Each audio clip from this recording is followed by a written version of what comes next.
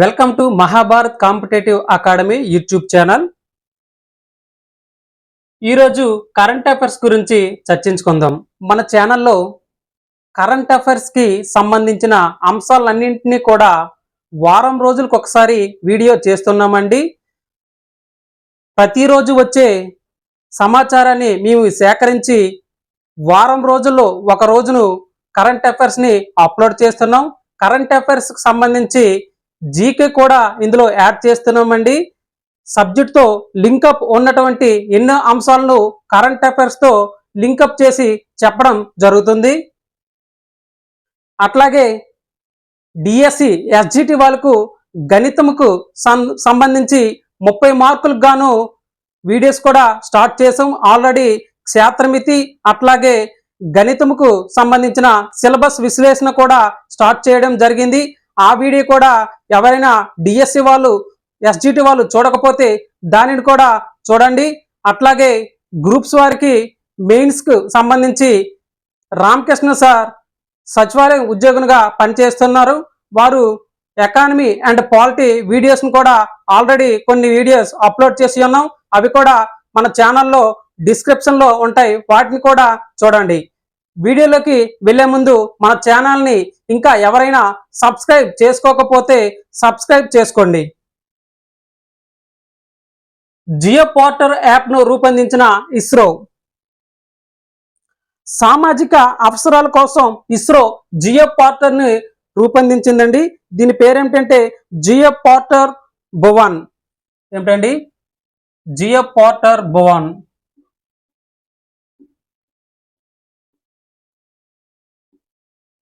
దీనిని మీరు గుర్తుపెట్టుకోండి. దీని పేరు వచ్చేసి జియో పోర్టర్ భువన్. గూగుల్ కంటే 10 రెట్లు అధిక వివరాలతో వ్యవసాయం, పట్టణ ప్రణాళిక, విపత్తు నిర్వహణ లాంటి పలు రంగాలకు ఉపయోగపడే సమాచారాన్ని వినియోగదారులకు అందిస్తుందండి.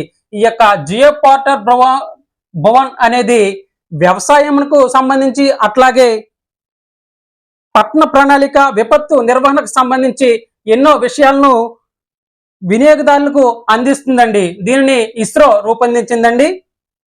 నెక్స్ట్ వచ్చేసి ఎస్సీఓలో నూతన సభ్య దేశంగా బెలారస్ చేరిందండి.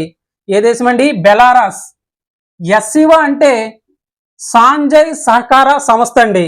ఈ యొక్క అబ్రివేషన్ ఏమిటంటే సాంఘై సహకార సంస్థ.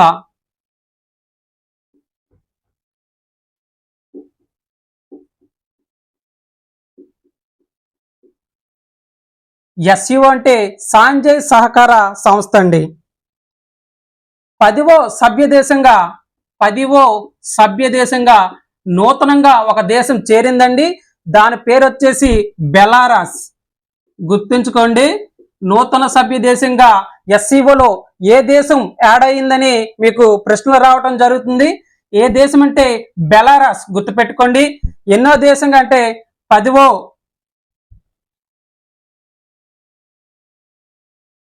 ఎస్సీఓ 24వ సభ్య సమావేశానికి కజకిస్తాన్ అధ్యక్షత వహించిందండి. ఏ దేశం అంటే కజకిస్తాన్. కజకిస్తాన్ దేశం ఈ యొక్క 24వ సమావేశానికి అధ్యక్షత వహించిందండి. దాని పేరు వచ్చేసి ఏ దేశం అండి? కజకిస్తాన్. ఇది కూడా మీరు గుర్తుపెట్టుకోండి. ఎస్సీఓ 24వ సభ్య సమావేశానికి ఏ దేశం అధ్యక్షత వహించిందండి? ఏ దేశం అంటే కజకిస్తాన్. ఇది ఎక్కడ జరిగిందంటే ఈ యొక్క సమావేశం కజకిస్తాన్ దేశంలోని ఆస్తానా. ఏమిటండి? ఈ సమావేశం నిర్వహించిన ప్రదేశం ఎక్కడంటే కజకిస్తాన్లోని ఆస్తానా. ఇది మీరు గుర్తుపెట్టుకోండి.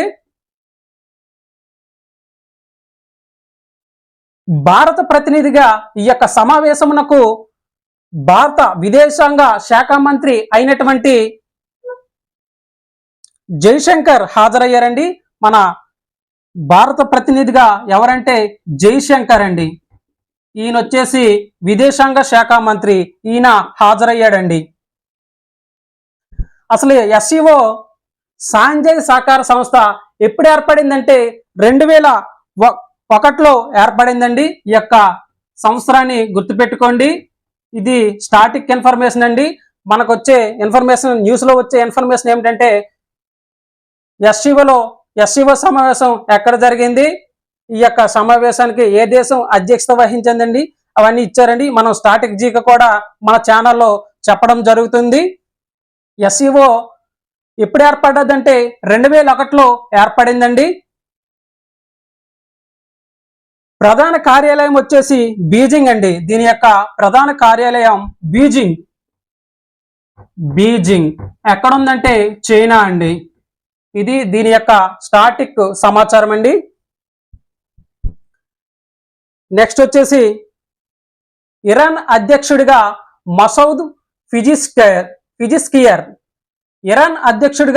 మసౌద్ పిజిస్కియర్ ఎన్నికయ్యారండి. ఈయన పేరు గుర్తుపెట్టుకోండి. నెక్స్ట్ వచ్చే మీ పరీక్షల్లో ఎక్కువగా లేటెస్ట్ గా ఎన్నికలు జరిగినటువంటి దేశాల ప్రధానమంత్రులను అట్లాగే అధ్యక్షులను అడుగుతారు కాబట్టి ఈ యొక్క పేర్లను గుర్తుపెట్టుకోండి.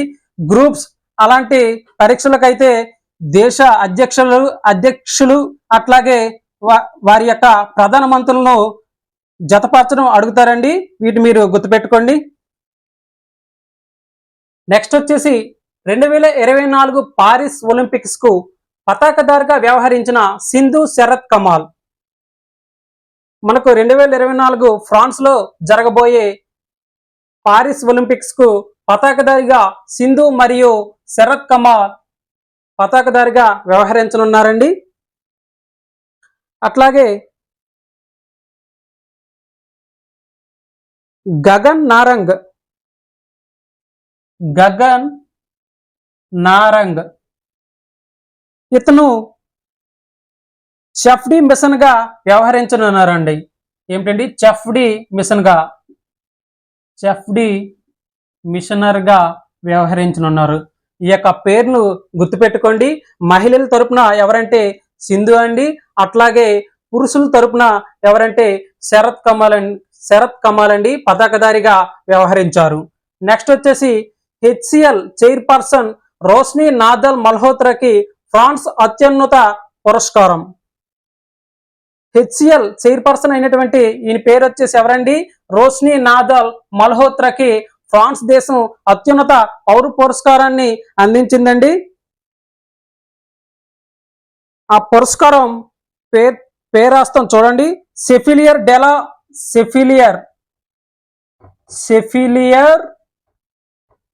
డెలా రీజియన్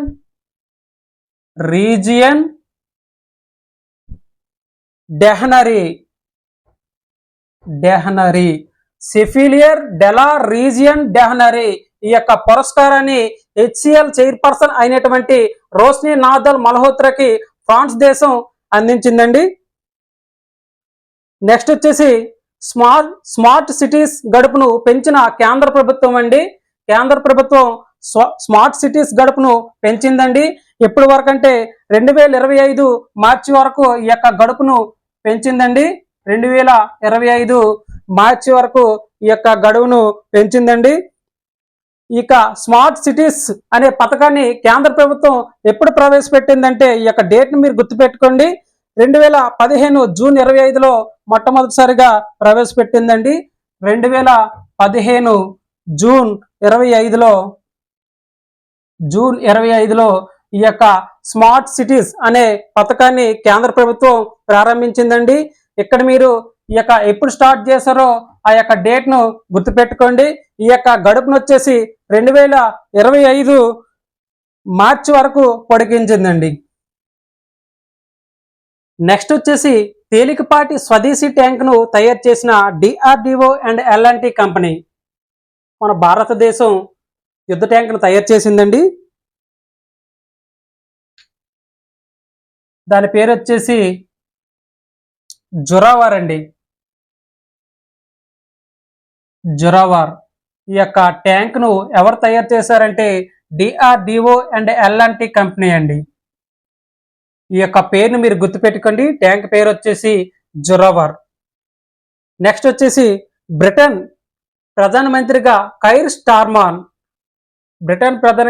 స్టార్మన్ ఎన్నికయ్యారండి. ఇక్కడ మీరు ఈ యొక్క పేరును గుర్తుపెట్టుకోండి, కైర్ స్టార్మన్. నెక్స్ట్ వచ్చేసి Bharat Mongolia military exercise.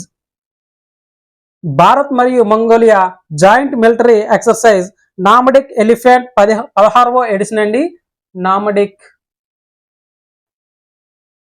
Elephant 16వ ఎడిషన్ అండి. ఈ యొక్క జాయింట్ ఎక్సర్సైజ్ భారత్ మరియు మంగోలియా నిర్వహించాయండి. ప్రారన్ ట్రైనింగ్ నోడ్ ఉమ్రాయి ఏమిటండి? ప్రారన్ ట్రైనింగ్ నోడ్ మరియు ఉమ్రోయి ఎక్కడంటే మేఘాలయలో నిర్వహించాయండి. ఎక్కడండి? మేఘాలయలో ఈ యొక్క మేఘాలయలో ఈ యొక్క జాయింట్ ఎక్సర్సైజ్లు జరిగాయండి. ఉమ్మడిగా భారత్ మరియు మంగోలియా యొక్క ఉమ్మడి ఎక్సర్సైజ్ అండి. నెక్స్ట్ వచ్చేసి పారిస్ ఒలింపిక్స్ కు వెళ్ళనున్న భారత్ బృందం. నెక్స్ట్ జూలై 26న ఎప్పుడండి?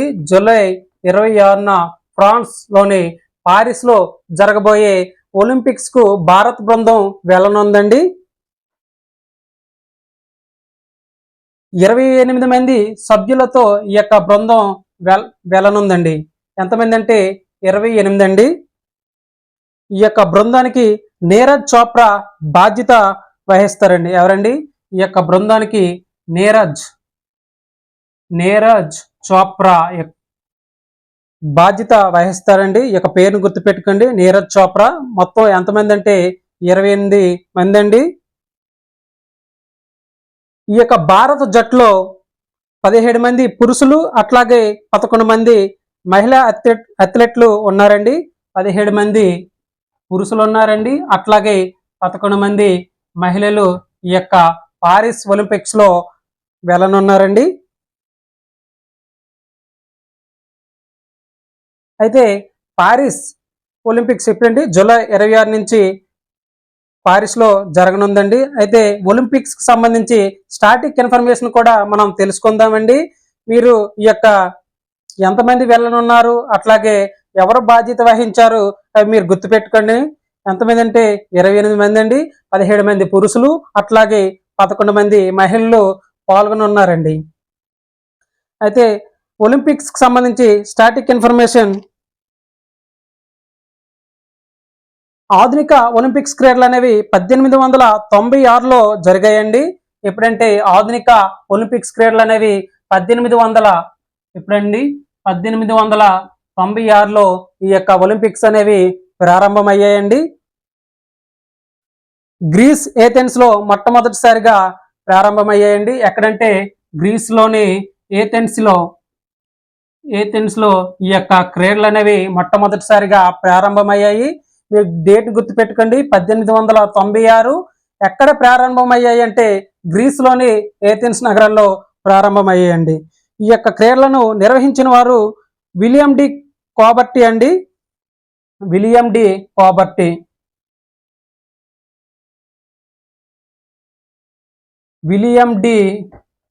కోబర్టీ ఈయన ఫ్రాన్స్ దేశం అండి. ఈయన కృషి ఫలితంగా ఈ యొక్క క్రీడలు అనేవి నిర్వహించడం జరిగింది. విలియం డి కోబర్టీ. ఈయన దేశం వచ్చేసి ఫ్రాన్స్ అండి. అయితే ఒలింపిక్స్ పతాకంలో 5 రంగులు ఉంటాయండి. అవి 5 రంగులు కూడా 5 ఖండాలను సూచిస్తాయండి. ఎన్ని రంగులండి? 5 రంగులు ఉంటాయండి. ఈ 5 రంగులు కూడా 5 ఖండాలను సూచిస్తాయండి. నీలి రంగు అనేది ఐరోపా ఖండం అండి. నీలి రంగు అనేది ఐరోపా ఖండం. చాలాసార్లు డిఎస్సికి జీకేలో చాలాసార్లు ఇవ్వడం జరిగిందండి. నీలి రంగు అనేది ఏ ఖండం సూచిస్తుందని. అట్లా చాలాసార్లు కూడా డిఎస్సికు చాలాసార్లు అడిగారండి. అట్లాగే నలుపు అండి. నలుపు రింగ్ అనేది ఆఫ్రికా ఖండాన్ని సూచిస్తుందండి. ఆఫ్రికా. అట్లాగే పసుపు రింగ్ అండి ఆసియా ఖండాన్ని సూచిస్తుందండి. ఇవి మీరు గుర్తుపెట్టుకోండి, బైహార్ట్ చేయండి. ఆసియా ఖండాన్ని సూచిస్తుంది. అట్లాగే ఎరుపు అనేది అమెరికాను సూచిస్తుందండి. ఎరుపు అనేది అమెరికాను సూచిస్తుందండి. అట్లాగే ఆకుపచ్చ అనేది ఆస్ట్రేలియాను సూచిస్తుందండి. ఆస్ట్రేలియా. ఈ యొక్క రంగులు మీరు గుర్తుపెట్టుకోండి. నీలి రంగు అనేది ఏ ఖండాన్ని సూచిస్తుంది, నలుపు రంగు అనేది ఏ ఖండాన్ని సూచిస్తుంది. చాలాసార్లు కూడా డిఎస్సికు జీకే నుంచి ఇలాంటి బిట్లు అడగటం జరిగిందండి. ఈమె డిఎస్ఏ వారిని అట్లాగే ఆర్పిఎఫ్ కానిస్టేబుల్ వారిని గుర్తుకు పెట్టుకుని వారికి అనుగుణంగా ఈ యొక్క కరెంట్ అఫైర్స్ ను రూపొందిస్తున్నాం. అట్లాగే వారికి మాత్రమే కాకుండా అన్ని పోటీ పరీక్షలకు కూడా ఈ యొక్క కరెంట్ అఫైర్స్ అనేది మెయిన్ రోల్ అండి. అట్లాగే చివరిసారిగా 2016లో ఒలింపిక్స్ క్రీడలు అనేవి జరిగాయండి. చివరిసారిగా ఎప్పుడంటే 2016లో ఒలింపిక్స్ క్రీడలు అనేవి జరిగాయి. తర్వాత 2021లో జరగాల్సి ఉండగా కోవిడ్ కారణంగా వాయిదా పడిందండి.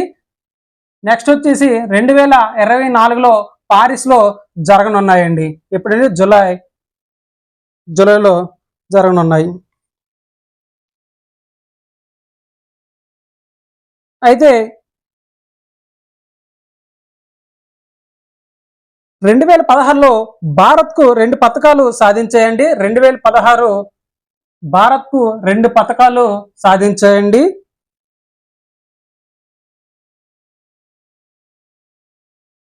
ఒకటి రజతం, ఒకటి కాశ్యం అండి. ఒకటి రజతం, ఒకటి కాశ్యం అండి. 2 పథకాలను 2016 ఒలింపిక్స్ లో సాధించాయండి. ఎన్నో స్థానాలంటే 2016 పథకాలు సాధించడంలో 67వ స్థానాల్లో భారతదేశం అనేది నిలిచిందండి. హర్యానాకు చెందినటువంటి సాక్షి మాలిక్ ఎవరండి? హర్యానాకు చెందినటువంటి సాక్షి మాలిక్ కాశీ పథకం సాధించిందండి. హర్యానాకు ఇక్కడ ఖాళీ ఉందండి. హర్యానాకు చెందినటువంటి సాక్షి మాలిక్ కాశ్యం సాధించిందండి. అట్లాగే 58 కేజీల 58 కేజీల విభాగాల్లో సాక్షి మాలిక్ కాశ్యం సాధించిందండి. అట్లాగే బ్యాడ్మింటన్ క్రీడాకారిణి సింధు రజతం సాధించిందండి. బ్యాడ్మింటన్ క్రీడాకారిణి సింధు ఏమిటండి రజతం సాధించిందండి. ఈ 2 కూడా మీరు గుర్తుపెట్టుకోండి. ఎందుకంటే మనకు చివరిసారిగా జరిగిన ఒలింపిక్స్ లో 2 పథకాలను సాధించడం జరిగింది. ఒకటి రజతం, రెండోది కాశ్యం అండి. కాశ్యం వచ్చేసి సాక్షి మాలిక్ అండి, ఈవిడిది హర్యానా. పివి సింధుది వచ్చేసి తెలంగాణ రజత పథకం సాధించిందండి. ఇప్పుడు 2016లో భారతదేశం 67వ స్థానంలో నిలిచిందండి. ఈ స్టాటిక్ జీకే అనేది గుర్తుపెట్టుకోండి. నెక్స్ట్ జరగబోయే చెప్పలేమండి, వీటిని కూడా అడగవచ్చు. ఎందుకంటే చివరిసారిగా మనకు 2 పథకాలు సాధించాయి కాబట్టి నెక్స్ట్ జరగబోయే ఎగ్జామ్స్ లో ఇవి కూడా ఇవ్వవచ్చండి. నెక్స్ట్ వచ్చేసి ఎల్ఐసి మేనేజింగ్ డైరెక్టర్ గా సిద్ధార్థ్ మొహాంతి. ఎల్ఐసి మేనేజింగ్ డైరెక్టర్ గా సిద్ధార్థ్ మొహాంతి నియమించారండి. ఎల్ఐసి అనేది స్టాటిక్ జీకే ఒకసారి చూద్దామండి. ఎప్పుడు ఏర్పడిందంటే 1956 సెప్టెంబర్ 1న ప్రారంభమైందండి. 1956 సెప్టెంబర్ 1న ఎల్ఐసి ప్రారంభించబడింది. ఈ యొక్క సంవత్సరాన్ని గుర్తుపెట్టుకోండి. నెక్స్ట్ వచ్చేసి షారుఖ్ ఖాన్ కు 77వ లాకాన్ ఫిల్మ్ ఫెస్టివల్ జీవితకాల సాఫల్య పురస్కారం లభించిందండి. బాలీవుడ్ హీరో అయినటువంటి షారుఖ్ ఖాన్ కు లాకార్నో ఫిల్మ్ ఫెస్టివల్ ఏమిటండి లాకార్నో ఫిల్మ్ ఫెస్టివల్ జీవితకాల సాఫల్య పురస్కారం లభించింది. షార్డో అలా కెరియరే ఆస్కోనా లాకర్న్ అండి ఈ యొక్క అవార్డుతో సత్కరిస్తారు. ఈ అవార్డు అండి షార్డో అలా కెరియరే ఆస్కోనా లాకర్నో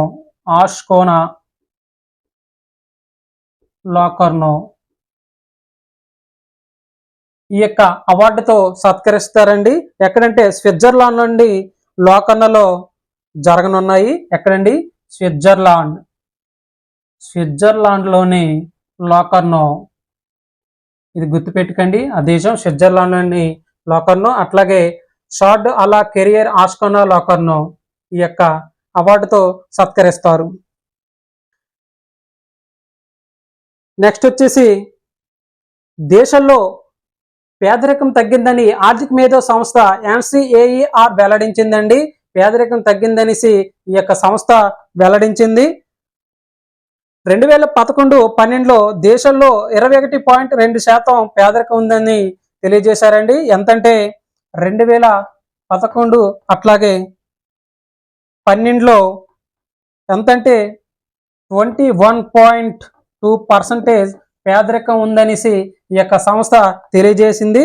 అట్లాగే 2023-24లో 8.5%కి పరిమితమైందండి. అంతంటే 8.5%కి పరిమితం అయిందని ఈ యొక్క సంస్థ తెలియజేసిందండి. Rethinking social nets in a changing society పేరుతో ఈ యొక్క నివేదికను వెల్లడించిందండి. ఇది మీరు గుర్తుపెట్టుకోండి. రీథింకింగ్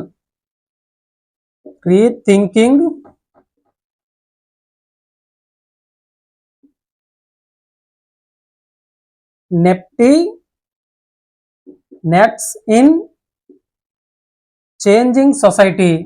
ఏమిటండి? చేంజింగ్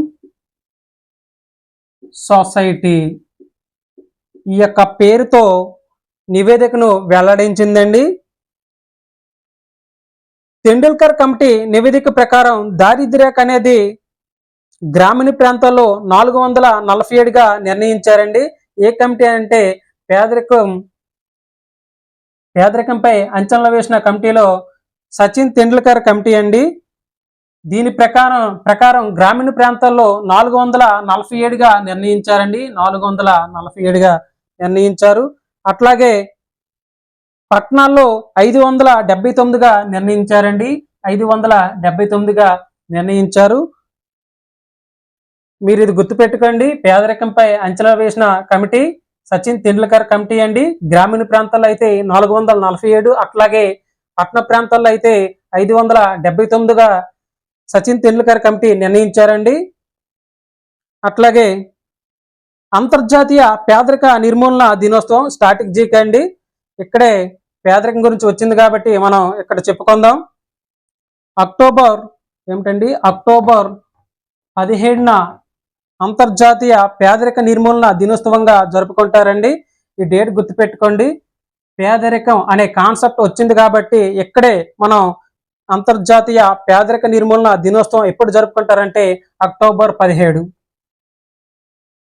నెక్స్ట్ వచ్చేసి power grid corporation of India డైరెక్టర్గా రవీంద్ర కుమార్ త్యాగి నియమించబడ్డారండి. ఈ పేరు గుర్తుపెట్టుకోండి, రవీంద్ర కుమార్ త్యాగి. నెక్స్ట్ వచ్చేసి భారత్ థాయిలాండ్ సైనిక విన్యాసాలు. భారతదేశం థాయిలాండ్ సంయుక్త సైనిక విన్యాసాలు మైత్రి 13వ ఎడిషన్. ఏమిటండి? మైత్రి 13వ ఎడిషన్ థాయిలాండ్లోని వచిర ప్రకారంలో జరిగిందండి. థాయిలాండ్ దేశాల్లోని వచిర ప్రకార్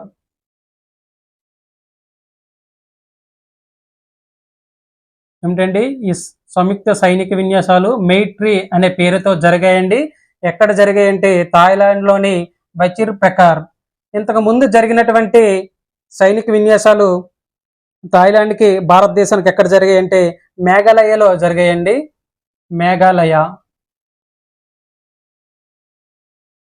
మేఘాలయలో జరిగాయండి.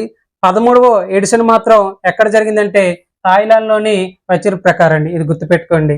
ఈ రెండు భారతదేశం థాయిలాండ్ సైనిక సంయుక్త విన్యాసాలు అనేవి ఎక్కడండి? మైత్రి అనే పేరుతో జరుగుతున్నాయండి. నెక్స్ట్ వచ్చేసి ఇప్పుడు థాయిలాండ్ సంబంధించి స్టాటిక్ ఇన్ఫర్మేషన్ చూద్దామండి. ఇది మనకి న్యూస్లో వచ్చినటువంటి ఇన్ఫర్మేషన్ అండి. అయితే థాయిలాండ్ సంబంధించి స్టాటిక్ కూడా ఒకసారి చూద్దామండి. థాయిలాండ్ రాజధాని వచ్చేసి బ్యాంకాంగ్ అండి. అధికార భాష వచ్చేసి థాయ్ అండి. థాయ్. థాయిలాండ్ అధికార భాష ఏమిటండి? థాయ్. ద్రవ్యం వచ్చేసి బ్రహట్ అండి. బ్రహట్. ఇది థాయిలాండ్కి సంబంధించి కొంచెం బేసిక్ ఇన్ఫర్మేషన్ నాలెడ్జ్ అనేది మనం తెలుసుకున్నామండి. నెక్స్ట్ వచ్చేసి డచ్ ప్రధానిగా డిక్ సూప్. డచ్ ప్రధానిగా డిక్ సూప్ ఎన్నికయ్యారండి. డచ్ దేశానికి సంబంధించి స్టాటిక్ ఇన్ఫర్మేషన్ కూడా చూద్దామండి. దీని రాజధాని ఆమ్స్టర్డామ్ అండి. డచ్ రాజధాని ఆమ్స్టర్డామ్. ఆమ్స్టర్డామ్. అధికార భాష వచ్చేసి డచ్ అండి. డచ్ వారి అధికార భాష ఏమిటంటే డచ్ అండి. కరెన్సీ వచ్చేసి యూరో అండి. కరెన్సీ ఏమిటంటే యూరో. ఇవన్నీ ఎందుకు చెప్తున్నాం అంటే డిఎస్సి, ఎస్జిటి కానీ అసిస్టెంట్ కానీ కరెంట్ అఫైర్స్ మరియు జీకే ఉన్నాయి కాబట్టి కరెంట్ అఫైర్స్తో లింకప్ ఉన్నటువంటి స్టాక్ జీకే అట్లాగే జనరల్ స్టడీస్తో లింకప్ ఉన్నటువంటి అన్ని అంశాలను కూడా క్రోడీకరించి చెప్తున్నామండి. అన్ని పోటీ పరీక్షలకు కూడా వాల్యుబుల్ ఇన్ఫర్మేషన్ అండి. నెక్స్ట్ వచ్చేసి జాతీయ వైద్య దినోత్సవం ఎప్పుడంటే జూలై 1న జరుపుకుంటారండి. జూలై 1న జాతీయ వైద్య దినోత్సవంగా జరుపుకుంటారండి. ఎవరి జయంతిని అంటే బిధాన్ చంద్ర రాయ్. ఎవరండి? బిధాన్ చంద్ర రాయ్. ఈయన యొక్క జయంతిని జాతీయ వైద్య దినోత్సవంగా జరుపుకుంటారండి. మొదటిసారిగా 1991లో జరుపుకున్నారండి. 1991లో మొట్టమొదటిసారిగా జాతీయ వైద్య దినోత్సవంగా జరుపుకున్నారు. ఎవరి జయంతిని అంటే బిధాన్ చంద్ర రాయ్. ఈయన యొక్క జయంతిని జాతీయ వైద్య దినోత్సవంగా జరుపుకుంటారు. నెక్స్ట్ వచ్చేసి మోడీ రష్యా పర్యటన.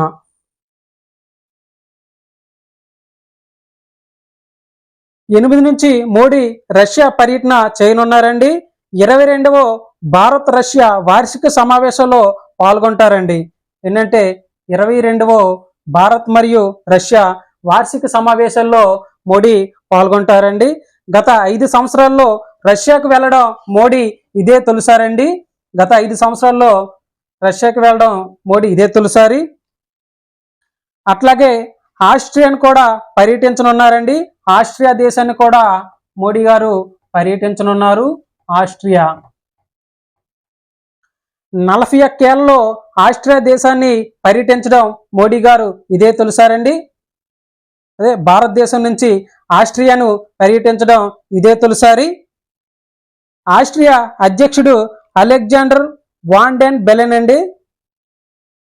ఆస్ట్రియా అధ్యక్షులు అలెగ్జాండర్ వాన్ డెన్ బెలెన్. ఈయన ఆస్ట్రియా అధ్యక్షుడండి. నెక్స్ట్ వచ్చేసి ఐసీసీ T20 ఆల్రౌండర్ ర్యాంకింగ్ లో హార్దిక్ పాండ్యా అగ్రస్థానం లభించిందండి. ఐసీసీ T20 మ్యాచ్లను రూపకల్పన చేసిందంటే స్టోవర్ట్ రాబర్ట్సన్. ఐసీసీ T20 మ్యాచ్లకు రూపకల్పన చేసినది ఎవరంటే స్టోవర్ట్ రాబర్ట్సన్. స్టోవర్ట్. ఈయన పేరు గుర్తుపెట్టుకోండి, రాబర్ట్సన్. ఈయన ఈ యొక్క ఐసీసీ T20 మ్యాచ్లను రూపకల్పన చేశారు. ఈయన దేశం వచ్చేసి ఇంగ్లాండ్ అండి. ఇంగ్లాండ్ దేశానికి చెందినవారు. మొట్టమొదటిసారిగా ఐసీసీ T20 మ్యాచ్లు అనేవి 2003లో జరిగాయండి. ఎప్పుడంటే 2003లో ఈ యొక్క ఐసీసీ T20 మ్యాచ్లు జరగడం జరిగింది. ఎక్కడంటే మొట్టమొదటిసారిగా ఇంగ్లాండ్లోనే ప్రవేశపెట్టారు. ఇది అంతా కూడా స్టాటిక్ ఇన్ఫర్మేషన్ అండి. డిఎస్సి వారికి మరియు ఆర్పిఎఫ్కి వారికి ప్రత్యేకంగా రూపొందిస్తున్నామండి. ఐసీసీ ప్రధాన కార్యాలయం వచ్చేసి దుబాయ్లో ఉందండి. ఐసీసీ ప్రధాన కార్యాలయం ఎక్కడుందంటే దుబాయ్.